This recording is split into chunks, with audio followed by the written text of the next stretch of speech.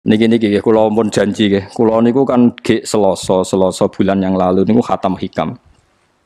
Terus kula mulang hikam teng mriki Selasa pagi niku pun sekitar 2 tahun. Pokoke walhasil diparingi Allah niku khatam.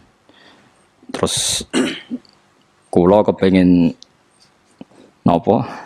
Ngatami donga nu saniki mergi cara ulama tambah kathah tambah napa sae. Dadi ora usah sampean di perasaan ora melok ngaji kok melok khataman. Sing ngaji ya mbok paham ora ya ora roh. Sing ora ngaji pokoke ora roh padha ora roe sing penting ditampa napa pangeran ngoten mawon. Dados kula gadah azam pokoke donga ngoten mawon nggih nek donga ya ora usah tenanan ya apik ora ya apik mergo pangeran mesti napa pirsa. Jadi tenanan itu ikhlase, nak ndonga ora usah tenanan, sing tenanan apa? Mergi cara hikam niku termasuk ngeten. Hikam niku yang ngarang hikam niku jenenge Ibnu Athaillah As-Sakandari. Ini muridnya Abdul Abbas Al-Mursi. Abdul Abbas Al-Mursi niku muridnya Abdul Hasan napa? Asyadzili. Kula niku sinau hikam mulai riyen mun bertahun-tahun sampai sekarang. Tiap badhe tilem sering maos hikam. Jadi hikam termasuk madzhab ngeten, tapi aja nut kados tiyang sing ora tau mlebu masjid yo aja nut iku wali. Nah kowe gawe-gawe. Nah kowe nglakoni ngono ben dadi wali wae ora mutu niku mboten alami. Hikam itu kalau berdoa itu sekali. Kula nu nate umroh 2009, terus haji 2013. Terus kemarin kula umroh malih tahun kemarin, baru ruwah kemarin. Niku kadang-kadang berkali-kali kalau itikaf teng multazam, tapi ora tau sida donga sampai sakniki.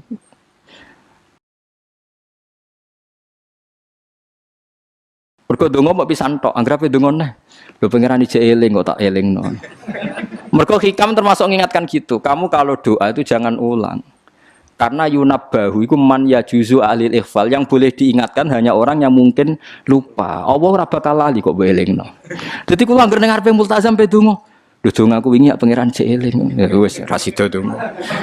Wah agrape dongane, tapi ndak gawe-gawe lho, saya asli, maksudnya asli. Agrape dongane. Kan cek eling kok. Ya wis. Sampai kula nu teng raudhah niku akhirnya mau maca selawat, maca Quran. Angger donga seling to Gusti ngono terus.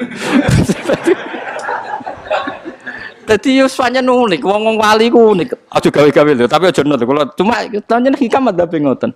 Wa inna ma yunabba wa amne din elingno sapa man wong ya juzu kang oleh ali ngatasi man apa alif falali. Sing oleh mbok elingno zat sing kemungkinan lah wong ora tau lali kok amen mbok elingno. Wingi mbok omongi, saiki mbok omongi. Lho cara kowe diutang ditagih terus iso eling.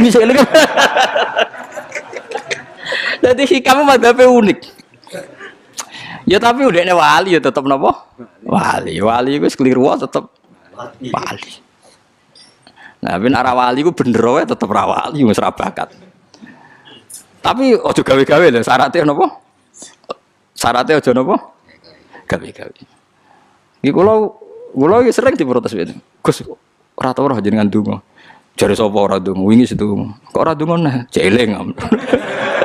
Kadang kula yang ngerasa dosa tapi piye kadang tengah ati ngoten ya akhire ya ora roh. Pokoke aku anggere pengen donga ya donga, ben ora ya ora. Pas donga ya anut wali, pas ora ya anut wali. Kadung bener. Dadi pas donga ya bener, pas ora ya bener. Tapi itu memang sebagian madzhab beliau. Jadi ini nanti saya bacakan hikam dua kata mutiara terus donga, supaya donga sampean donga, supaya donga. Piye-piye kita gadah sanad madhab yang diakui termasuk Thariqah Mu'tabarah selain Naqsyabandiyah, Qadiriyah, apa Sadiliyah. Lah Sadiliyah itu nggih hikam niku meneh mergo hikam sing aran Abdul Abbas Al-Mursi muridé Abil Hasan apa Asyadzili. Sehingga orang tahu madhab Sadiliyah ya lewat kitab napa hikam. Makanya kitab-kitab apa saja generasi setelah beliau itu enggak bisa lepas dari kitab napa hikam.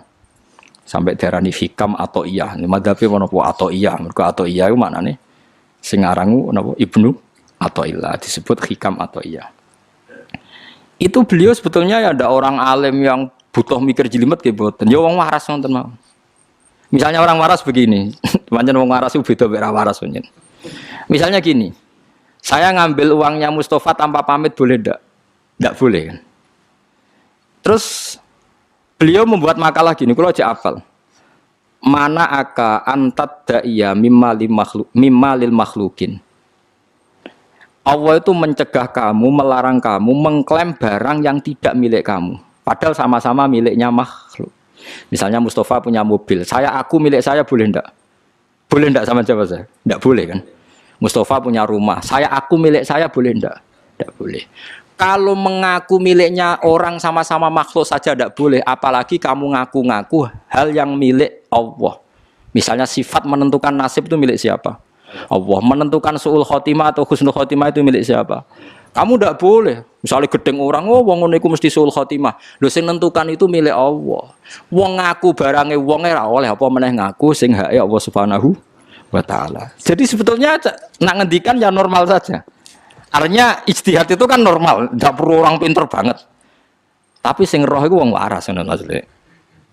Setelah dijelaskan kan masuk akal. Kayak tadi. Ndonga kok terus koyo sing mbok omongi wingi lali, urung lali kok sebab elingno meneh. Kan masuk akal.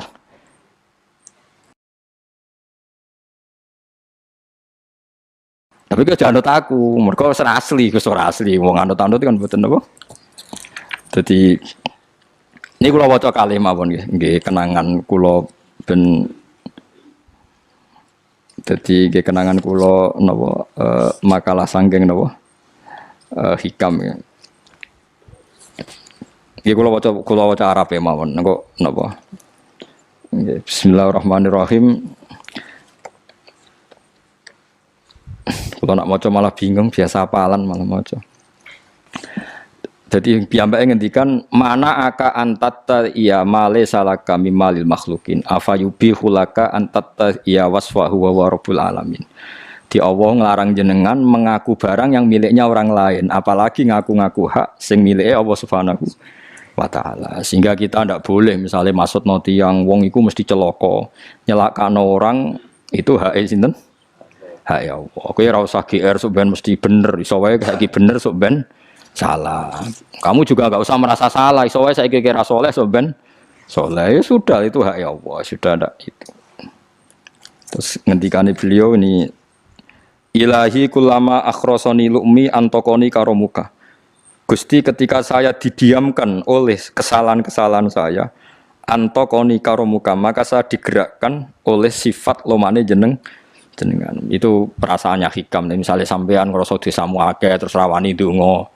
Ngerasa salahmu akeh terus ngerasa ora ahli swarga niku jare hikam Gusti kula nek eling salah kula kok ora pantes mlebu swarga tapi nek eling lumane jenengan nggih pantes mawon lha iku dindot wong ngono niku wis dindot dina eling dosamu sampean akeh kan gak pantes mlebu swarga tapi nek eling jembare rahmati Allah nggih pantes mawon ilahi kullama akhrasani lumi antaqani karomuka wa kullama ayasatni ausofi atma'atni minnatuka. Ketika saya putus asa karena sifat-sifat saya yang buruk, maka saya akan digerakkan lagi punya harapan karena saking melimpahnya nikmate jenengan to peparinge jenengan. Terus beliau disarah-sarah dicontohkan. Saat Umar masih kafir itu pernah gak minta jadi muslim kan enggak, tapi ketika Allah menghendaki dia jadi muslim maka jadilah Umar seorang yang muslim. Jadi orang tanpa keinginan pun kalau Allah menghendaki baik ditarik yang menjadi baik. Artinya kamu jangan percaya wong aku apik dadi wong apik piye, wong aku ngene. Wong sing ora tau niat apik wae iso diapikno pangeran kados sinten Sayyidina Umar. Sunan Kalijaga ketika nggarong ning gone Sunan Bonang niate ya untuk emas. Niate wae elek, tapi ketika Allah ngersakno dadi apik ada takdir yang memandu dia jadi apik, bahkan dadi wali. Itu fakul lama ayasatni ausofi ketika saya diputus asakan oleh sifat-sifat saya yang buruk maka saya akan diharapkan lagi diberi tomak diberi harapan oleh banyak peparingnya napa jenengan. Jadi intinya kalau suwun khasnya madhab Sadili itu melihat sisi positif. Jadi misalnya jenengan sholat misalnya ini rumah tenan nggih. Misalnya jenengan sholat, potensi gak diterima itu tinggi. Mungkin kita ada ikhlas, mungkin kita ndak tumak ninah, mungkin kita banyak melakukan kesalahan, mungkin eling macam-macam. Itu potensi yang menjadikan kita sholatnya tidak diterima Allah. Tapi cara mazhab Sadilah berpikir gitu itu tidak boleh. Kamu harus ingat bahwa sujud ini luar biasa. Banyak orang yang nggak diberi anugerah sujud. Orang bertahun-tahun, berpuluh-puluh tahun hidup kafir tidak pernah sujud. Kamu sekarang ditakdir mau sujud. Jadi mestinya kena sholat bersolat subuh, matur nuwun Gusti tadi saya sujud sama jenengan, matur nuwun Gusti tadi saya rukuk sama jenengan. Gak usah mikir buat ditampa ora, ijo eling terus. Nanti setelah zuhur ya begitu. Eling terus tadi ditakdir sujud, ditakdir rukuk, ditakdir sholat. Sehingga madzhab Syadziliyah itu sampai mengatakan begini. Orang yang beribadah meskipun sedikit dan yakin bahwa itu peparingnya Allah, minnah dari Allah, itu lebih baik ketimbang ibadah banyak plus merasa kurang. Di misalnya Mustafa sholat, bersolat duhur gak marem, mungkin duhurku salah terus berbadiah kok sholat meneh. Sing kula sholat duhur tok ora usah. Saking syukur kula, iku duhur kula makome. Ya nganti saiki duhur kula perkarane ngene iku dene kelakuane cek ngene iku dene. Karena ketika diberi pangeran ora marem. Kurangnya, tapi kurangnya niat elek. Kayak pangeran polisi, ngono pangeran ra nampa kurang ngene kurang. Pangeran ora diwatak ngoten. Enggak terlalu prosedur gerwong wis sujud niate apik yo apik.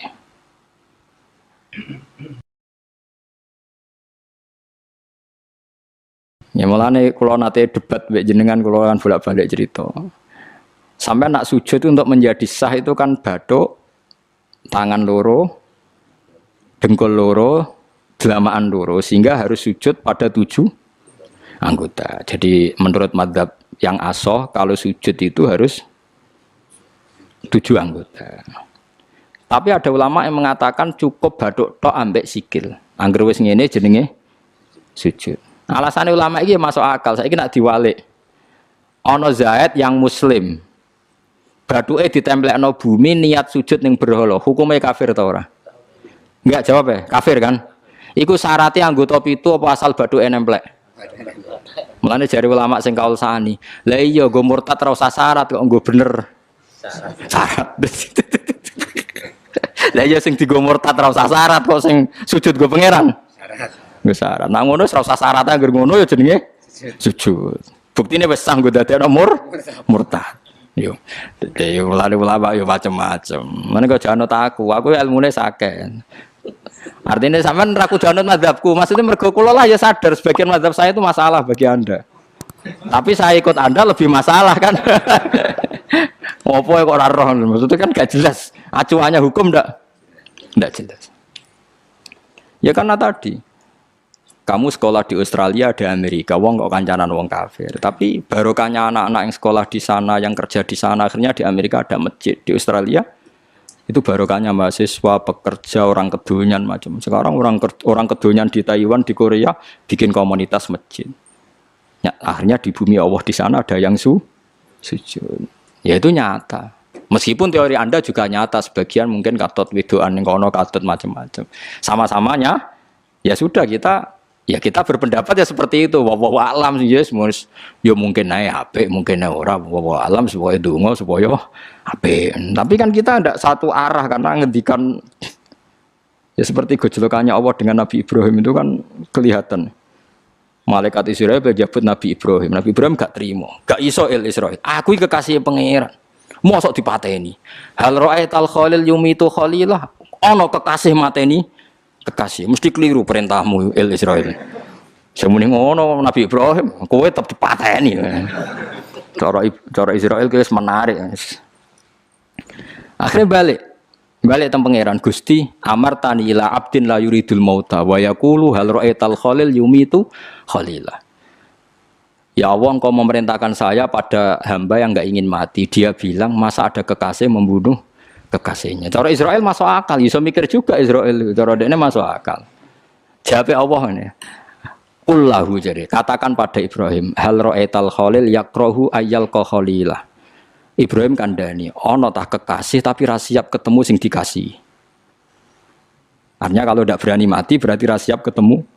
Jadi bilang ke Ibrahim, apakah ada kekasih yang enggak siap ketemu kekasihnya? Dia malah Israel marah Ibrahim.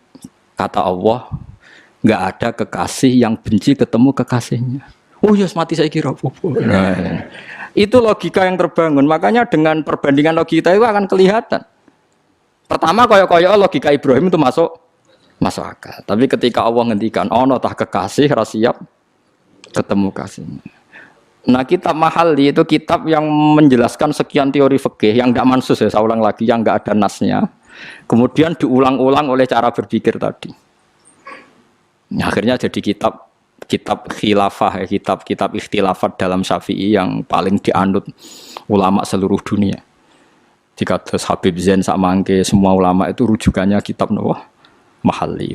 Ya karena tadi yang nggak ada nas ya, saya ulang lagi, yang nggak ada apa? Nas itu ada sekian pilihan kaul. Ya sama-sama masuk akal. Meskipun dalam tradisi tertentu kita tidak mungkin mempraktekkan. Ke wanita kok jenazah kok guri. Nak komen takobal wa minna minkum takobal wa. Ya Karim pasti dia kok Kiai Sabreng. Jenazah iki kok apa? Guri. Tapi saya sekarang mulai curiga dengan di Arab Saudi karena tetap ada sholat gaib tapi mayatnya sudah enggak di